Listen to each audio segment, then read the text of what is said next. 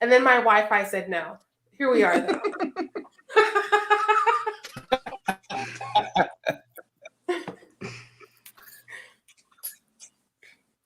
All right.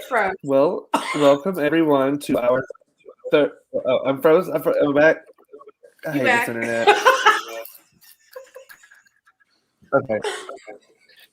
All right. Well, technical difficulties. It's beautiful. So we're back with our third installment for this weekend, and we'll be covering the sequel to Sharai's favorite film, Babysitter.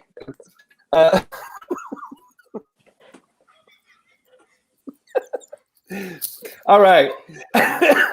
Charlie, before we get started, welcome back to the show. Thank you for having me. New projects or anything you want to plug? New projects? Yeah. No. I have nothing going on in my life right now. I'm going to call that a success. Oh, I am looking for a roommate. So horror movie lovers out there, hit me up. Yeah, you want to tell them what city you in? Whatever. I'm in Chicago, in Rogers Park. Got a good deal. It's a good apartment. I do a tour, but we don't have that much time, so. It's the last one of the night. If you really want to do it, we'll make time later. No. I'd rather see your house and talk about this movie. But that's what tells you we need to talk about this movie. I saw both of these movies in the past 2 days, so for the first time. I saw them both today, and let me tell you, experience. Well, let's get into it. Charlie, why don't you go with your first point? My first point. My first point is that this movie was never intended to be made. They were surprised at the audience viewing numbers for the first one and the not horrible reviews. And we're like, well, shit, this didn't cost us that much money. Let's do it again. And they did it again, except, According to Wikipedia, there's the threat of a third one coming. Yeah, I saw that. Which they set up in like the final shot of this one, and it's just like, if I'd seen that and I didn't already know there was a third one coming, I'd be like, oh great, we're getting another one of these, and I'm probably gonna end up watching it. But I guess that would be my first point. You love it. Yeah, you can. When I saw this, I was like, is it Killer Cole? Because who's the Killer Queen? Like, I just had a lot of questions going into it. Again, my point with these films, flip phone. I'm so tired of. I'm never gonna let that go. Because this is 2020, and just cast appropriately, like age groups. Just because everyone aged pretty, 2017 to 2020 was also a tough time for me, and it was for them as well. So, that's just how I felt. That's just like a quick point. I'm trying to pick one of the many points I have. Let's just go with. Can I ask a question real quick before you bring your point out? I wasn't here for the earlier conversation about the first one, so I just wanted to know if you guys liked the first one. We didn't specify if we liked it or not. We just talked about it. We don't do that here. We just talk about it and we're just hanging out. That'd be a different podcast. Yeah. It was mostly negative things with a few positives thrown in there. Yeah.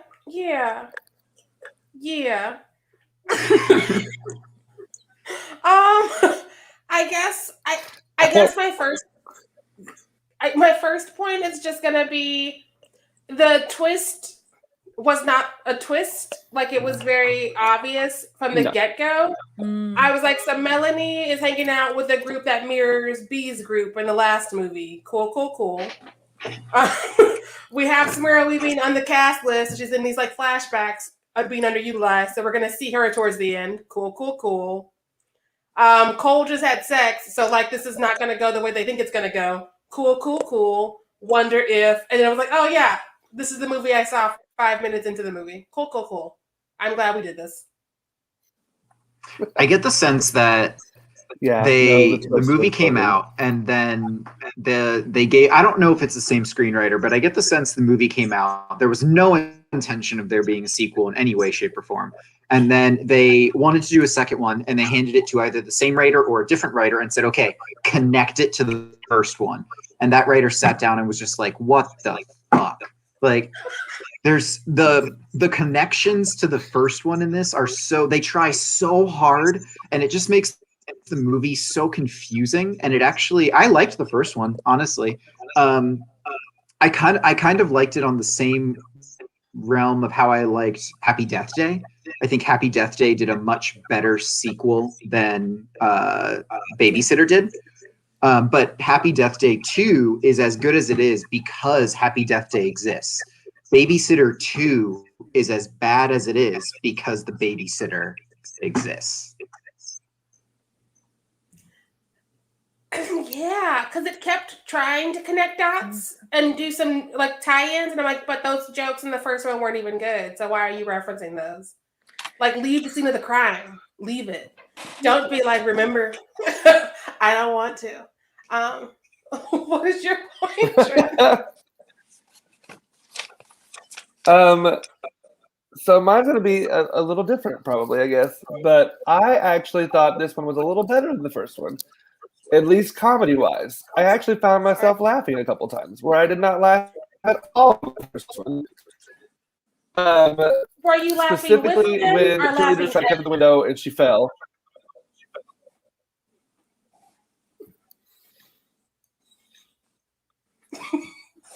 A little bit of both, for real. I chuckled. Yeah, there were a couple parts of this where I chuckled. Fell through the window, and I didn't do any of that in the first one. The first one, I was like, "Well, that was fun, I guess." What were you saying, Charlie? I also enjoyed it. Oh. You're back. Hurry before you go away again. You went away. Maybe you're going again. Can you hear it? We're just going to do host instead of talking about this movie. That's what we're going to do. Look. We'll just do that. Oh, no. Oh, and he's gone. The host got him. No. Right, Jack dropped in. Why would you bring that in this space? Because I like talking about good movies. Right. Amanda, what was that behind you? Oh, hell no. Look, I drew out the entire plot of this movie. So we're going to start here. We're going to... Sex. We're going to get on a boathouse. See, I think the first one had its good. I chuckled at the second one a little. But I was, like you said, Sharai, I was laughing at them. I wasn't laughing with them. But in the first one, I think there were horror elements to it that I actually enjoyed and found to be horror elements, similar to Scream in a way, a little sillier. I think Samara Weaving and the kid held that movie together, and I think the kid being older made me like him less. This movie embraced Scott Pilgrim like nobody's business, and it's just Scott Pilgrim's, that style is never going to be scary in any way, so this felt more like a horror comedy that just went way too far on the comedy than the horror. I lost the point of the whole story in the first place. That's my issue, is that it tried too hard to be funny. And like one of the first rules of comedy is to not get caught crying. But it was all like, here's a joke. And it's like nobody wants it. And they're like, well, here it is again. And I'm like, stop it. And they did it for an hour and 40 minutes. Yeah. I don't get why the parents were in it at all. I don't understand why there were so many subplots outside of the kids, because the kid alone with the babysitter and the group in the first one, that's the best part, is that he feels so isolated. I don't need all these scenes of his dad getting high with like the neighbor guy. I mean, especially when they're just not good with Juan, as he says. Let's talk about Juan. He's one of my notes. Why is his name Juan? For who? For what? I think it's an aesthetic joke. He's white and Juan. That's the entire joke right there. I guess that would be cool if we were in kindergarten in the 80s, but like these are adults making movies in 2020. And did he have a name in the first one? It was always my dad. I don't think he did either. I don't think he did. Yeah, I did enjoy that they gave the parents more to do, but they overutilized them in this. I thought they underutilized them a little bit in the first one. I think they overutilized them in this one to where it was just too much. They gave them no purpose, which is a problem, because like in the last one, I was like, Leslie Bibb is right there. Give her stuff to do. And they were like, we'll almost give her things to do because we need to pad this, but we won't give her like an actual purpose or an arc. And I'm like, so you wasted her again, but you wasted her time as well now. Cool. Yeah.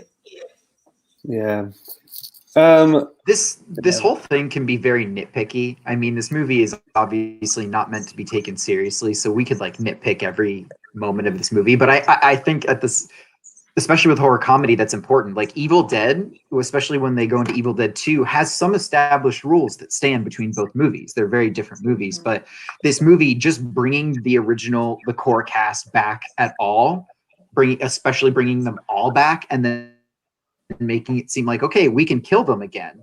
It's like you can't. You ruined the rule of the movie. Like horror movies need some rules, which we've talked about a lot and about various other movies. But if the entire core cast that were all killed in the first one are back, and you can somehow kill them again, what's the point? And then in the end, they kill them all, and then they all come back to life again anyway. I mean, there's no stakes in this at all, and the humor doesn't work if the horror.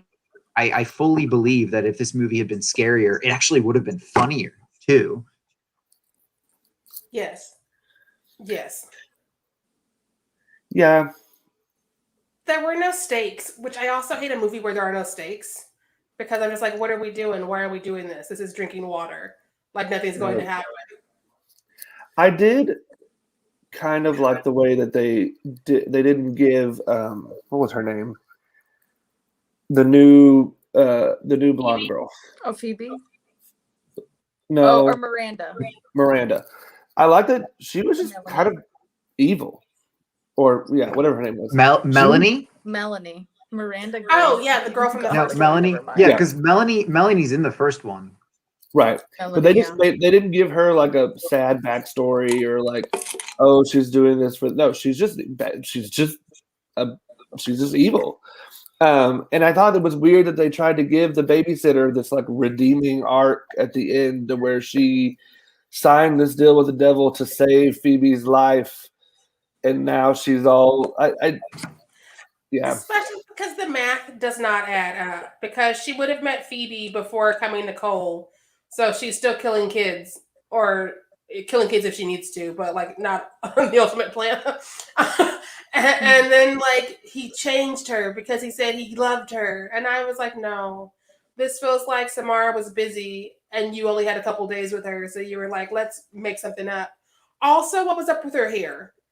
I was just about to say, especially based on the wig that she was wearing, you could tell they were like, they had her for like 6 hours, and then she had to go back and start filming, go back to filming Ready or Not or something like that. Like she had to get back to her real career. And so they had 6 hours to film her. So they were just like, yo, where's Daenerys Targaryen wig? In the trash? Cool, let's grab that and just put that on her. And we'll be good. She looks fine. And she's smart weaving. But I will say there was one moment in this movie, because they play it like 3 times, that actually did kind of like make me a little bit, is when the car accident with Phoebe's parents. and B, doesn't make any sense. Like the whole idea of she told her parents to go get it, but then I don't know, it doesn't make sense. But you don't often see in car crashes an actual human body falling out of the car with the crash. You normally just see the cars crash and that's it. But that was a pretty graphic thing to watch this body fall out of the car and hit the rocks down below at the same time. So I will give them that. I think they went for gruesome on a very, very heightened scale, and it succeeded like 2 times maybe in the movie. I don't know. I wish I had more positive things to say about this film. It's just the whole time I was watching it, I just wanted to turn on Happy Death Day. That's what I was feeling. Such a better franchise.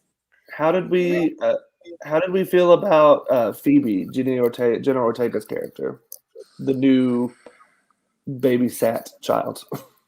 She actually looked like a teenager, in my opinion. She looked like a teenager. Did. And I'm excited that she's in the new Scream movie. That's all I can take from it.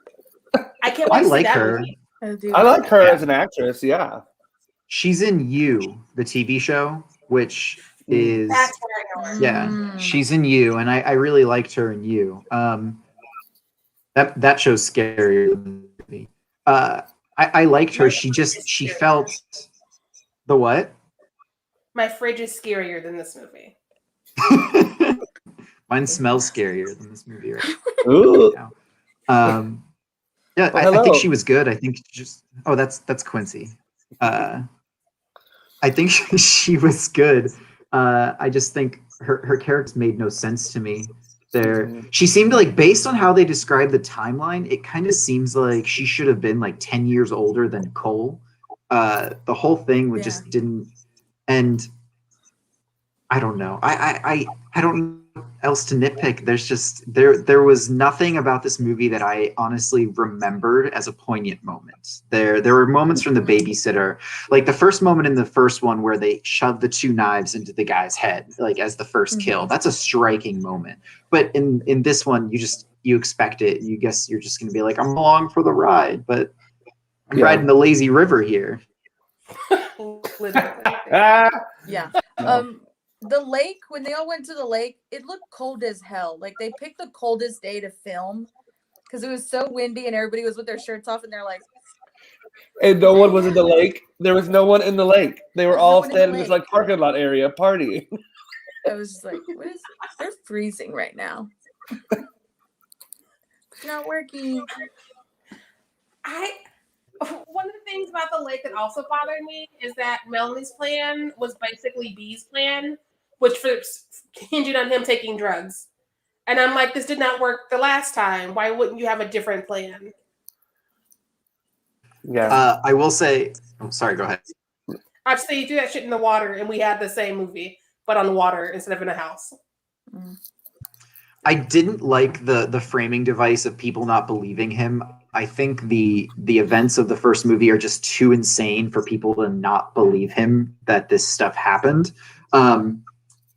But I kind of, one of the things I thought was funny was the way they play off his parents dealing with his mental illness or his insanity now. All the pill bottles lined up on the counter and them talking behind his back. But the funniest thing, the point in this movie where I did laugh was when he finds the pamphlet, the brochure for the psychic asylum academy they're going to send him to, and there's a note card on it, just a post-it note on it in big bold Sharpie letters that says today or Thursday 1 p.m. Like they needed this reminder that they were taking him to the psychiatric hospital on Thursday at 1 p.m. and put it in big letters on the brochure and left it out. There's no way he's gonna, it's just like this big Thursday at 1 p.m. And he happened to put his literary paper on right on top of it so that he would have to pull that up. Just like, yeah, so many things. Oh, and the weird rapist in the middle of the desert. Yeah, because they hang out. What was that about? That was one of my notes. Can we stop just randomly inserting pedophilia in things? Because it's not funny ever. It's not funny. Yeah, we're done. No. And it served no purpose. But that's this movie and its jokes. They don't serve a purpose. Like none of the jokes, the only jokes that were callbacks to previous, you can't really even really say setups, but previous references are all references made from the first movie. There's nothing in this movie that's really set up for a joke or a bit in this Babysitter 2 universe. It's all based on either the first movie or throwaway things that don't matter in the long run. I think that's the ultimate downfall, is that nothing that happens in the movie actually matters, really. God, what a broken way to critique a movie. It doesn't matter. It's like high school. It doesn't matter. That's what I tell Cole. Look, it's like high school, this whole cult satanic, virgin thing. It doesn't matter. It just get out of college and you'll be fine. How did? I think it was Amanda's turn. Yeah, go ahead. Oh no, I mean I made a point in a note. I was like, I was kind of interested if he didn't go with Melanie and went to the psychiatric, and like where did the demons go in there? Like how do you play that off then, right? Like do they come back and they're part of like, it's like a cuckoo's nest mix with a little, honestly, gothic, like what is happening, but like with teenagers or 30-year-olds playing teenagers. So like, I mean, that could have been scary though. Asylums are scary in general. Right? I don't trust this team in an asylum to not be offensive. That's true. Yeah, because that was one of my thoughts. Is like the joke that they made about like medication that people take, and like you saw the girl who's dealing with OCD, and I was like, is that really funny? And is that like, I don't know. It felt really kind of cringy to me. The one that got me was the psychiatrist, because the psychiatrist is also the nurse, and that's a whole running joke. And I mean, don't get me wrong. I know Kanye West makes it hard to say nice things about him. I know. But like, let's not do a bipolar dig, especially when it's not even a joke that makes sense or is funny. It's just like, we're just saying things to be saying things. Aren't we cool and shocking? And you're not. I mean, this is another great example of adults writing teenage dialogue, and sort of taking teenage, middle, or high school motifs and sort of throwing them in. This is like a 40-year-old or like a 50-year-old tried to write Superbad. It's just Superbad's funny, but it's good. It was written by people who were closer to that age that they were writing. It's clearly not written by people who understand sort of what type of humor like the pedophile thing, which we just mentioned. There's certain concepts in horror that become not funny, or even just film in general, that they pass. They're not funny anymore. And I think the people writing this are writing about 10 years ago, and just exaggerating how much teenagers swear and have sex and talk about having sex. And like the one guy, I don't even remember his name, but Melanie's boyfriend, in one shot they turn around and he's doing like finger bang through his hand sort of thing, and it's just, this is not funny. If they were writing 10 years ago, it felt like the movie they wanted when they were kids in the 70s. That's what it felt like. Right. And if it was 10 years ago, the flip phone might have worked. Cole's aesthetic. He's over here in like weird fabric suits and flip phones. And I'm like, you have bigger problems if your parents believe you or not. Why are you in a different decade than everybody else? But then like Melanie was like, I'm the new B, so I'm going to also dress like I'm in the 70s. And I'm like, I don't understand what's going on. Let's pick a decade and live in that and see if we can solve at least that problem. Yeah, because that whole lake house, and he's like, oh no, the shag carpet. And I was like, what's happening? Yeah. Where are we? Why do you have shag carpet? It's 2021. That sort of thing. That's like, I always think of It Follows when you talk about like setting in horror movies, because It Follows, we really don't know it's set. They have all this 70s furniture, but they have e-readers. You never see a cell phone, so we don't really know what era it's in, because it could based on where they're living in what neighborhood, but then there's various little teeny pieces of technology. Works really well because we don't know when we are. And here the thing was just the first movie was so clearly set right now that it's doing something like that just it's so obvious. It's just they're trying to pull off a style. God, I'm trying to think of something about this movie that I liked. I really am. I like the soundtrack again. The soundtrack was kind of fun. They keep ruining Queen, and I don't know who keeps letting them have access to that catalog. Oh, I do have a question though. How did everyone feel about like the flashback scenes that showed like the demons? Which did they call them demons in the first film? I don't think so. At least I don't remember it. They were supposed to be teenagers, which is why we were like, this age don't make no sense. I did not enjoy the flashbacks. They didn't add anything we didn't already know. So it felt more like padding and giving Samara Weaving some stuff to do because you only had her for the one day on the beach. Well, they confused me because I thought in the first one, these were all just, I didn't think these, in the first one, they were demons or anything. They were just living people, right? They weren't demons in the first one. So, and then they do these flashbacks and it's like her seeking these people out, but I'm not really sure if she's already dead. I'm not really sure how she knows them. Because I doubt she's going to high school, just biding her time. I don't know any demon that would necessarily do that, but CW. Some Buffy vibes, just in high school, being a demon in high school, But they confused me because, especially with John, when he's trying to have a music career, and the flashback, it can't have been too long ago that she was recruiting these people. And in the flashback, he's got this whole different, he looks like he's in the 70s. He's got this tracksuit on. He's got this whole different haircut. So it didn't give any, there was no chronology to comparing the flashbacks to now. I had no idea how long ago they happened. Yeah. For me, it just felt so aesthetically different than the first movie with the flashbacks specifically, whereas like any good franchise, Scream, Friday the 13th, Halloween, quality is questionable as you get further down the line, but like the aesthetic is usually somewhat the same. Like Scream and Scream 2 are similar films. Friday the 13th, Part 1 and Part 2 are similar-ish films. I felt like with adding those flashbacks and the like 80s weird gaming thing, which brought me to Scott Pilgrim versus the World or whatever that movie's called, it just didn't feel at all like the first movie. It felt like a completely different franchise.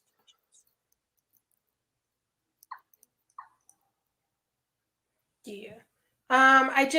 They added nothing. We learned nothing about these characters we didn't know, aside from what they were doing for work or aspiring to do for work. And it was just kind of like hey, we're about to kill this person. Here's more time with them. We don't want more time with them. I mean, like, I've done the Apple thing where I look at people who have Apple products because villains are not allowed to have Apple products.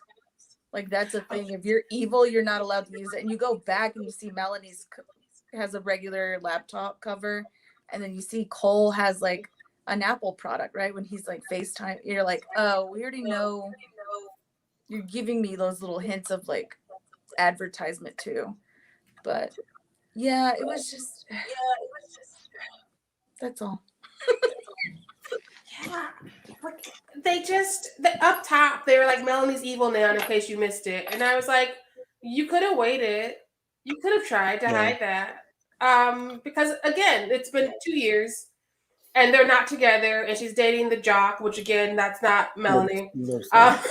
And her friend group is, like, eerily similar to Bee's, again. And it's just like, why are we not even trying to hide this? Like, right. We could try. And she was involved in the first film on his side. And when he's like trying to get everyone to believe him, she's kind of playing both sides. That's when I was like, she was straight up gaslighting him. And she was like, we're not supposed to talk about that. Like, you were supposedly hiding and afraid for your life with him. And now we're not supposed to talk about it. Okay. Cool. So you're the new villain.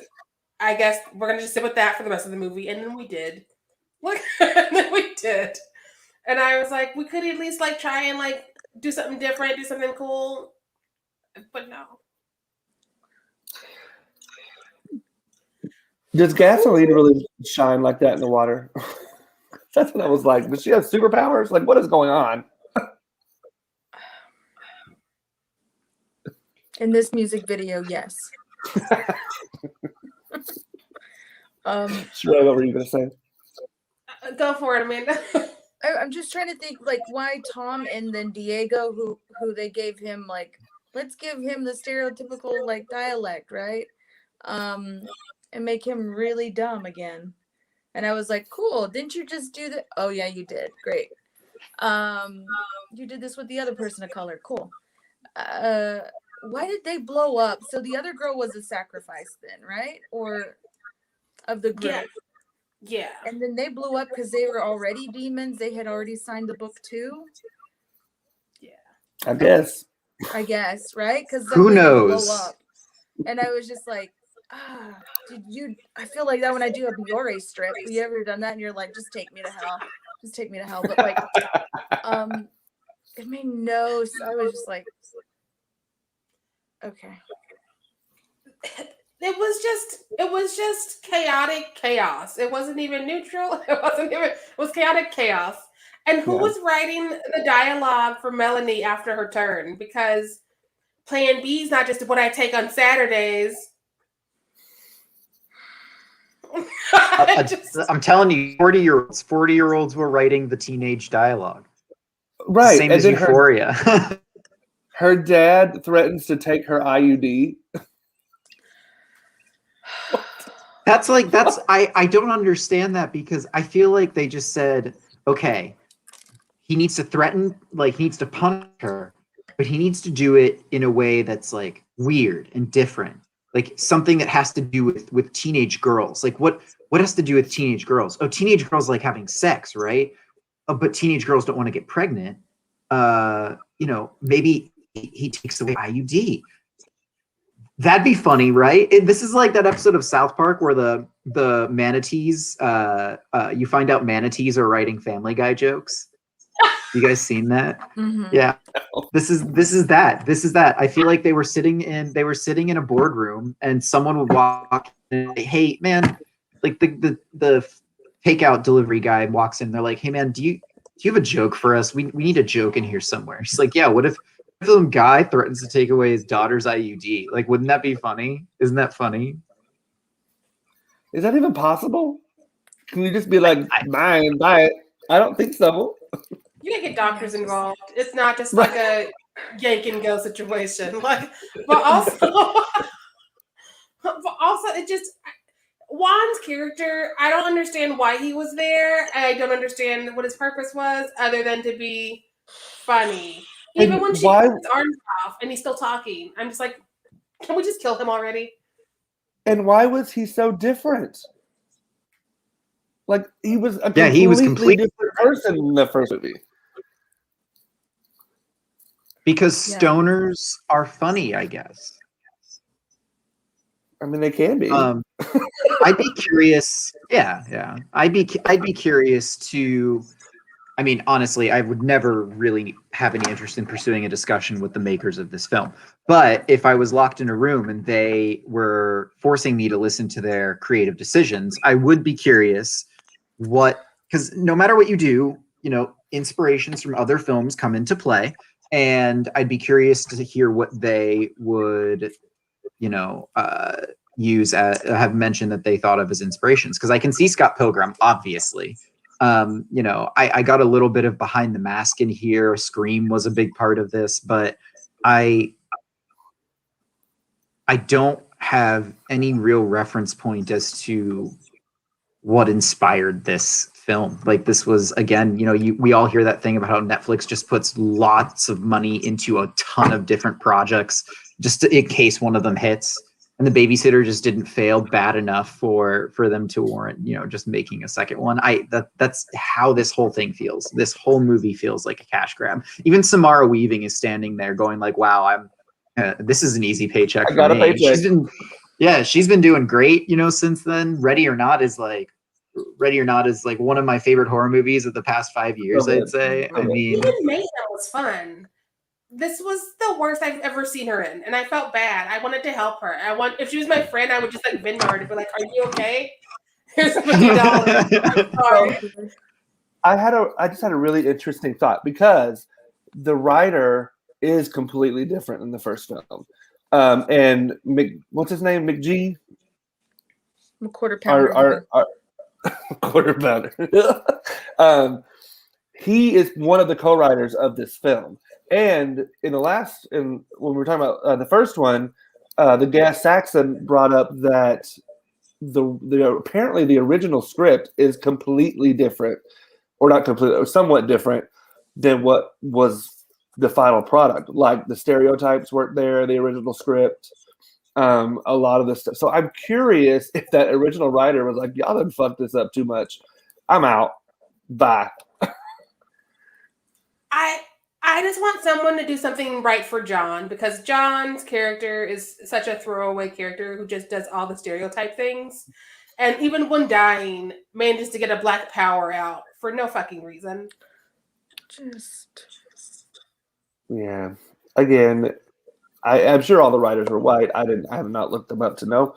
But I'm sure. I have the evidence because we watched this movie.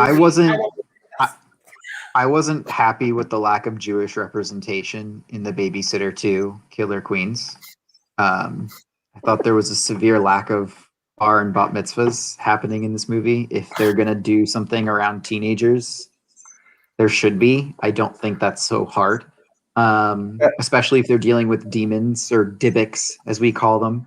I was very disappointed in that.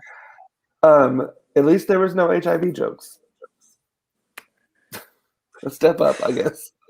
They set a low bar and they almost stepped over it. Something I kind of was not mad about. I felt like Sonya was giving me Aubrey Plaza energy this time around. And she did kill the rapist. She did, as an actor, not like as a character. I felt like she was doing new and exciting things.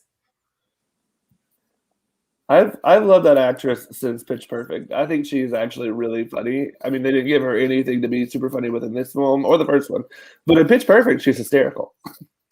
I mean, the cast themselves aren't.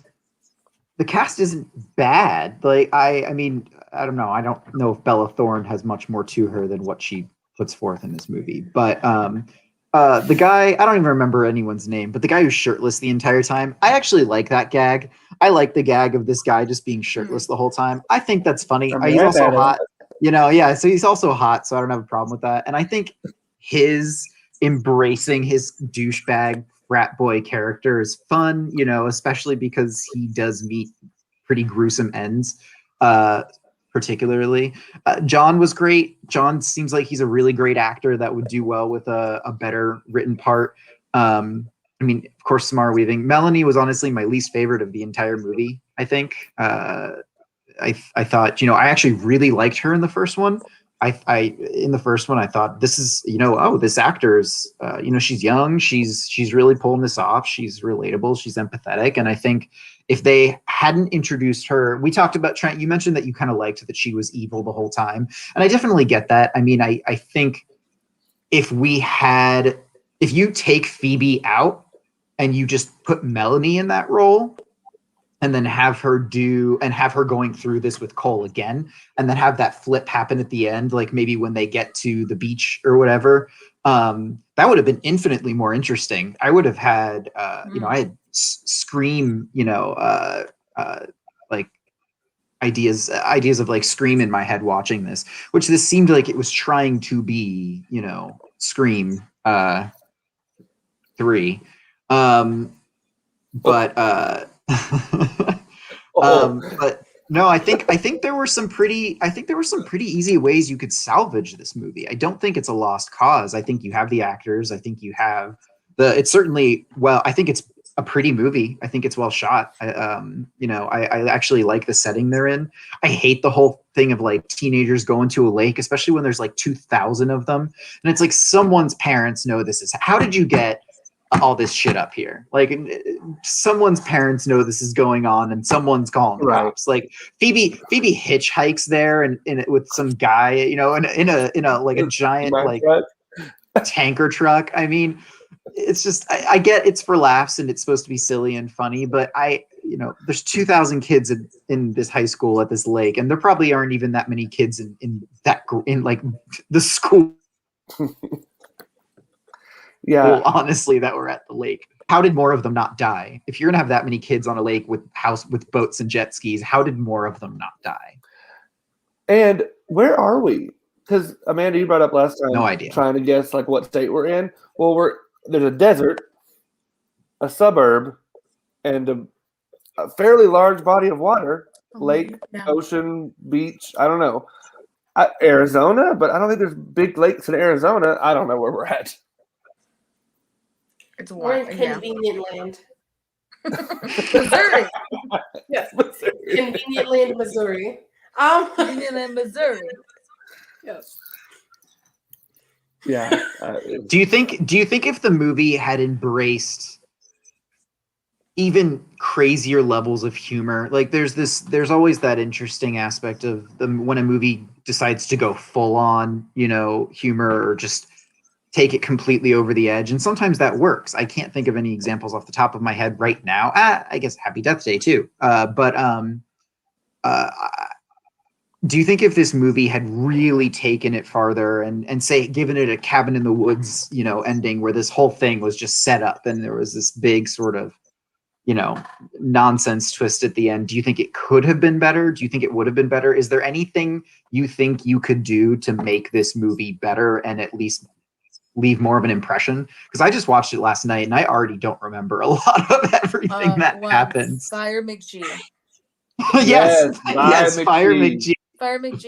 I honestly thought. Oh, go ahead, Trey. Oh, I was agreeing. Yes.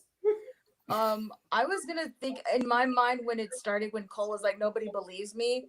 I was hoping he would come back and be like, "Now he's got to fight the next round of babysitters, right? Like the book keeps getting passed on in some way. Maybe it's not B, but B gets to come back in different forms as babysitters taking over the innocent." And I was like, that would have been more exciting to me, right? To not have these people back, but like, who are the next round? Like, as long as the book exists or we see B's existence, this is never going to end, and we don't have to bring them back. It was fine, right? Because they're dead. And so, in my mind, I would have enjoyed that more, where Cole's like fighting against that, but that required thought and excitement of change. McG ain't got that. Never gonna happen. McG ain't got that. Cole, the Babysitter Slayer, would have gone on for at least 2 more movies. Sugar Ray didn't write that song. I actually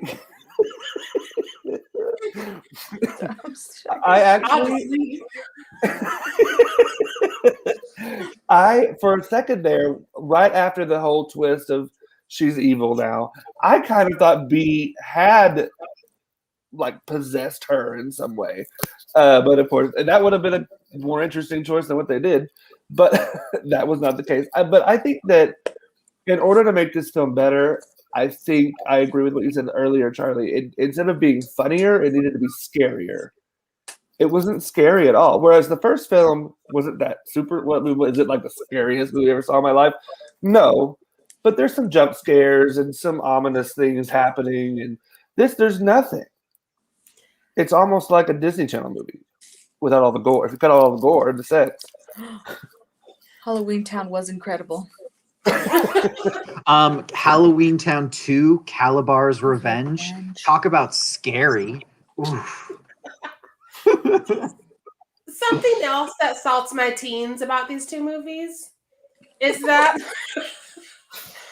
all of the characters. A lot about you just now. Oh yeah, using that now. It salts my teens that all of the characters are constantly just like, let me give you exposition and explain what's going on, because the movie don't make no sense. And so they were like, instead of us explaining things, let us have Samara Weaving walk out of the water in this bad wig and explain what has just happened. But it still didn't make sense after. She's explaining it, and I'm sitting there like, that doesn't line up. That timing doesn't match up. Okay. I mean, sure. And she walked out of that water completely dry. I mean, she's the devil. Well, she's evil. So, like, I guess evil doesn't Satan's get got wet. powers. Satan's got powers, y'all. Right? He learns. Keep her dry. He learns since the Wicked Witch of the West. He knows. He's learned our wicked ways. It's such a sad affair. I don't even know what to do anymore. Can we talk about how up top, before it completely went off the rails, it felt like they were setting it up to be like a Slumber Party Massacre 2 situation of let's go to the cabin. And then I was like, okay, we're going to do that. But like, you're also going to like bring your friends and like try and get his blood anyways. And then they're like, no, let's take it to the beach. Let's get onto the water. We haven't done this on water yet. Will they do it in space the next time? Like, what are if they're following in Jason's footsteps, that is the next step. That's the next step. I don't want babysitters in space. The Babysitter X.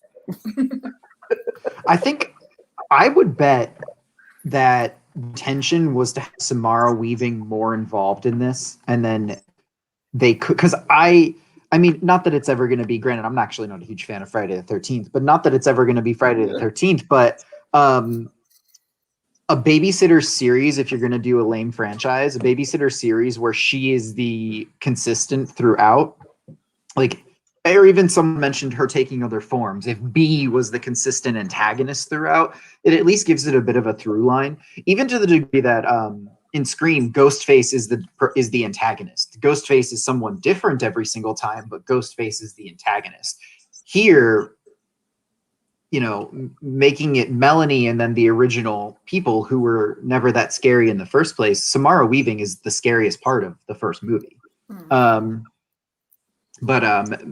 Maintaining, if you wanted to create a horror, I can't say icon because she was never going to become a horror icon in the Babysitter series, but if you want to create a consistent antagonist, that wouldn't have been a horrible thing to do.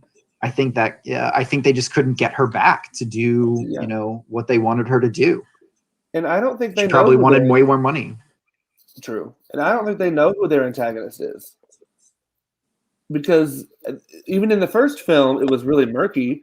Like, it starts out, you think it's B, but then she saves him and kind of has this remorseful moment. And in this one, she has this whole, like, I tried to save your life, so I decided to deal with the devil thing. I don't know. Like, who is the antagonist? Again, she blew the cheerleader's head off in the first one to save him and then put the gun down.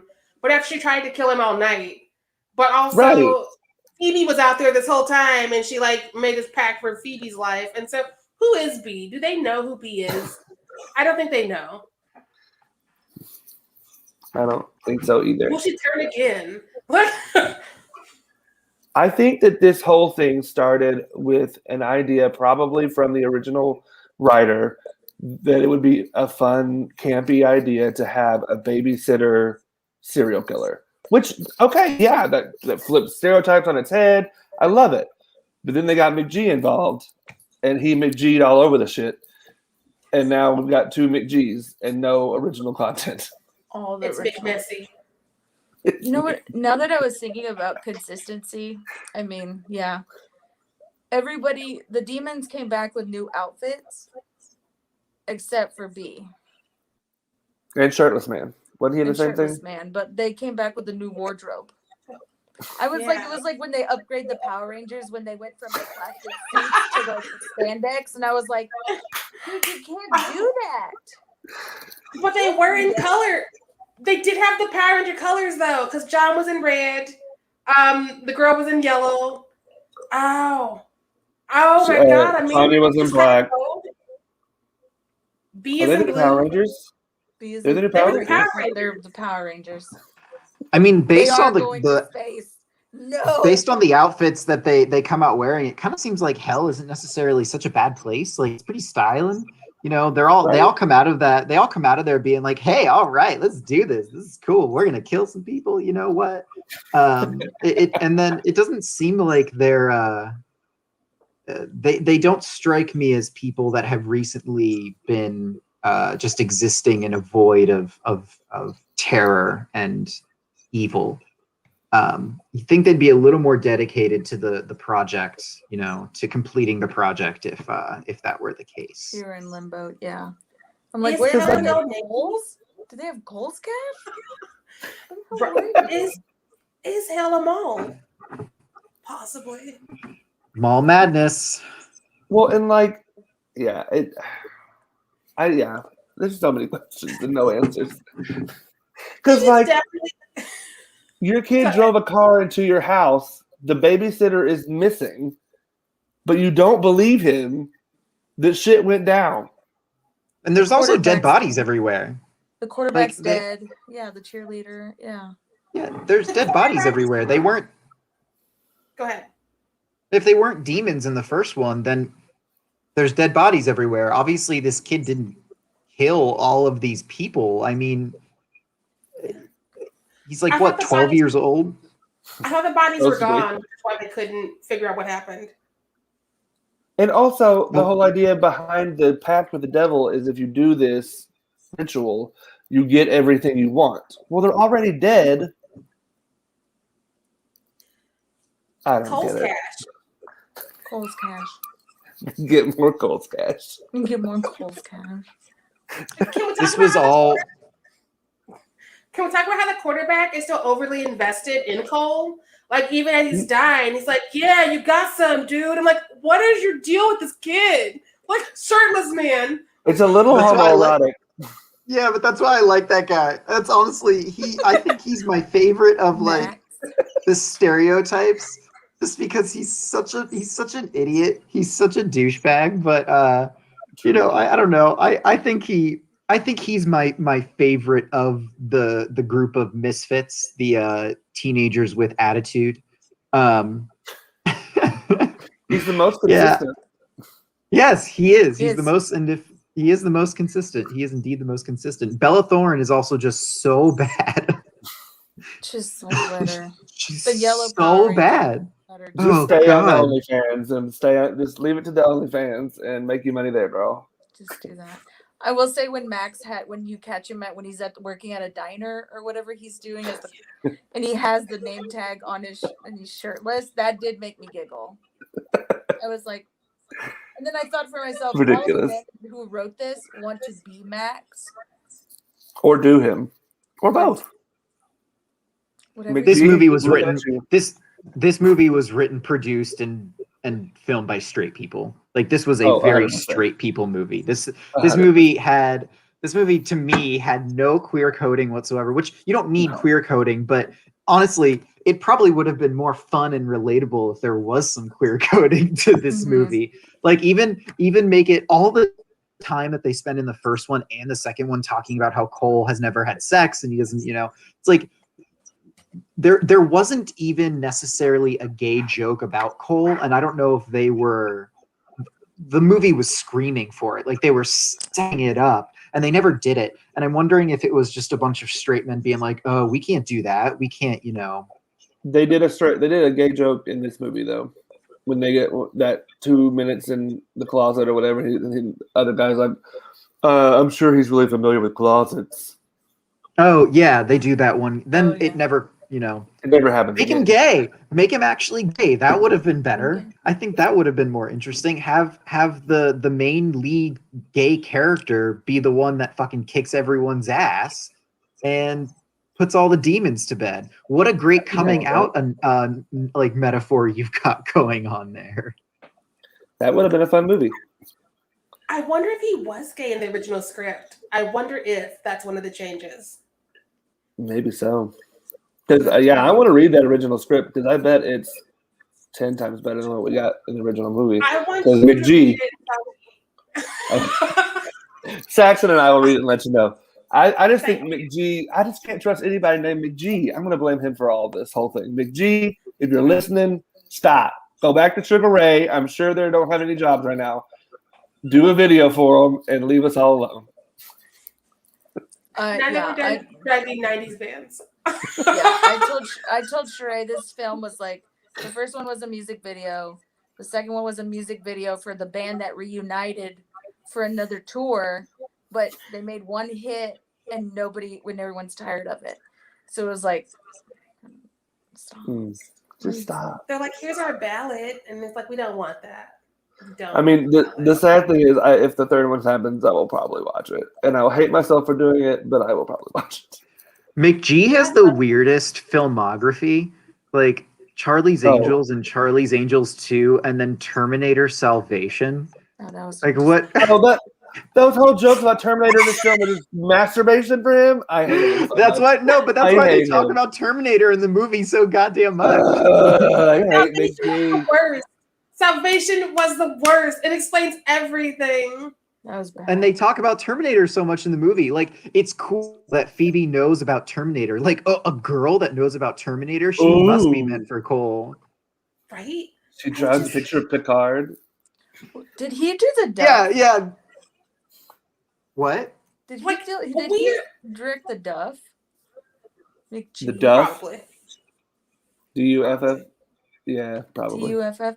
Because the guy who plays Max was also in the duff, and he was terrible, and he was the same freaking character. He produced the duff. He did not direct the duff, but he produced. Amanda, you're a detective. I just was like going back in my mind memory of these actors, and I was like, why do they all look familiar? Which also has Bella Thorne in it. I'm leaving.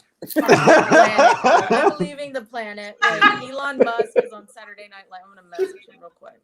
Out of here. I bet you McG produced tonight's episode. But like who takes a man named Mick G seriously? Like Netflix. I have a questions. Apparently, and so does Netflix. I want to be like Netflix. Like, my name is a real person's name. It's Trent. Will you produce some of my work? Nope. Okay. My name is Big T. Oh yeah. Well, right on in. It's my nickname. Okay. Well. Okay. Well. Or just have like 4 names. Is that 4 names, sir? Trent McGarity Cole Simon. Yeah, the new movie from Trent McGarity Cole Simon. Absolutely. I will watch that. Thank you, Amanda. Do you hear that Trent McGarity Cole Simon is directing the next Blade Runner sequel? Yes, all 4 of them. Just one. All right. We're getting close to the hour mark. Oh my god. This conversation went faster than that movie did. Oh, that movie's still happening somewhere in my subconscious. I'm gonna have to have another drink. I'm not gonna lie, I hit that 10-second speed up forward a couple of times. I was like, we are still in the desert. Damn it. Okay. Yeah. Yeah. It was bad. It was yeah. Let's talk about that. Do we have actual hot takes to cram into these last few moments? Or because this whole episode was a hot take, basically. Is there anything left? I said mine. McG, get the fuck out. I think a hot take. I don't know if this is necessarily like a hot take, but we had talked in the Scream episode about how Scream kind of, in my opinion, messed up horror for a little bit because it got really meta and gruesome. And horror has certainly had this renaissance in the past decade, especially, I would say maybe like 15 years now. That's been great. And we've been getting so many good movies, indie movies, and even Netflix has been a good proponent of having those more independent films, those hidden gems. And this scares me a little bit in that these movies, because especially they're Netflix films, these movies are the ones that are going to start getting more, advertising behind them and more recognition and more. There's a movie on, that's why I just listened to the episode. You guys did the interview for 1BR and one bedroom. And I never would have, there was no advertising. There was no like marketing behind that movie. The movie was great. That movie was a great hidden gem. I didn't expect that at all. And that's a Netflix, owned entity. And but this Babysitter 2, these are the movies that are going to start going out as this wasn't even a horror movie. Like I can't even put it in the horror genre necessarily. But I'm worried that these sort of movies are going to become the most prevalent, and we're going to go back into a genre of a generation of horror that's kind of a schlock. Almost to the degree I think superhero movies, where they're all starting to kind of just blend into one thing. I kind of see a lot of these horror movies doing that. At least the ones that are going to be in the mainstream. I think movies like It Follows or The Witch are going to start taking back seats again, unfortunately. But hopefully not. I'm hoping I'm wrong. But this movie definitely made me think of and fear a trend starting from this getting such, promotion. They popped it out so fast after the first one. So it's just, hot taken. Got one, Amanda? I agree. I mean, I was about to say, I wrote that I'm worried. I'm worried because I agree with Charlie. It's like Netflix, right? We have how many kissing booths are there? Like how many of those, and how many boys you used to love who don't love you because you can't figure out your crap movies are we going to see? But that's what they like, right? This audience wants, I don't know, if you put zombies in Bridgerton, maybe I'd watch it more. I'm trying to figure out but that's what they want. They want these sexy leads who can I think breathe, but not chew gum and breathe at the same time. And you're like, oof. In these films, and it's not good. I mean, I always thought the horror movies, some of these performances should be nominated for awards because, I mean, you think of Toni Collette, I was she got robbed. Get her a freaking award. Are you kidding me? And some of the cinematography and sound in these films are incredible, and the work, and it's not given that kind of platform. And now I'm scared, as Charlie said, that we're taking it down a step, right? I'm too scared. I don't want to watch it. But if you make it funny and about sex, that's what we like. And I'm like, is it? Is that what we've become? No. It's becoming all an algorithm, and it's taking all the creativity out of it. Taking all the creativity, and I think that's what killed this whole series. Like I said, I've been saying this forever. I really want to read that original script because I have a gut feeling that it's really good, and it probably is really creative, and it's all the shit we said about the first one in this movie is probably handled really well. But then you had Netflix get involved and put fucking McG on it and just added all this fucking nonsense and bullshit. I mean, think about a movie like Behind the Mask, which it always boggles me when people. I mean, I hope if you guys haven't seen Behind the Mask, see the Behind the Mask. But that is a perfect horror comedy.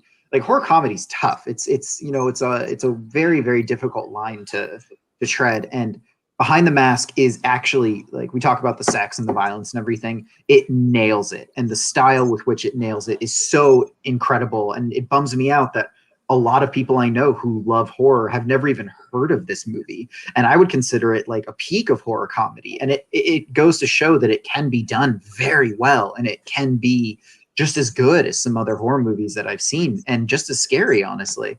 But it's just not going to be as relatable, so they're not going to put anything behind it. So if you haven't seen Behind the Mask, The Rise of Leslie Vernon, oh my God, go watch it.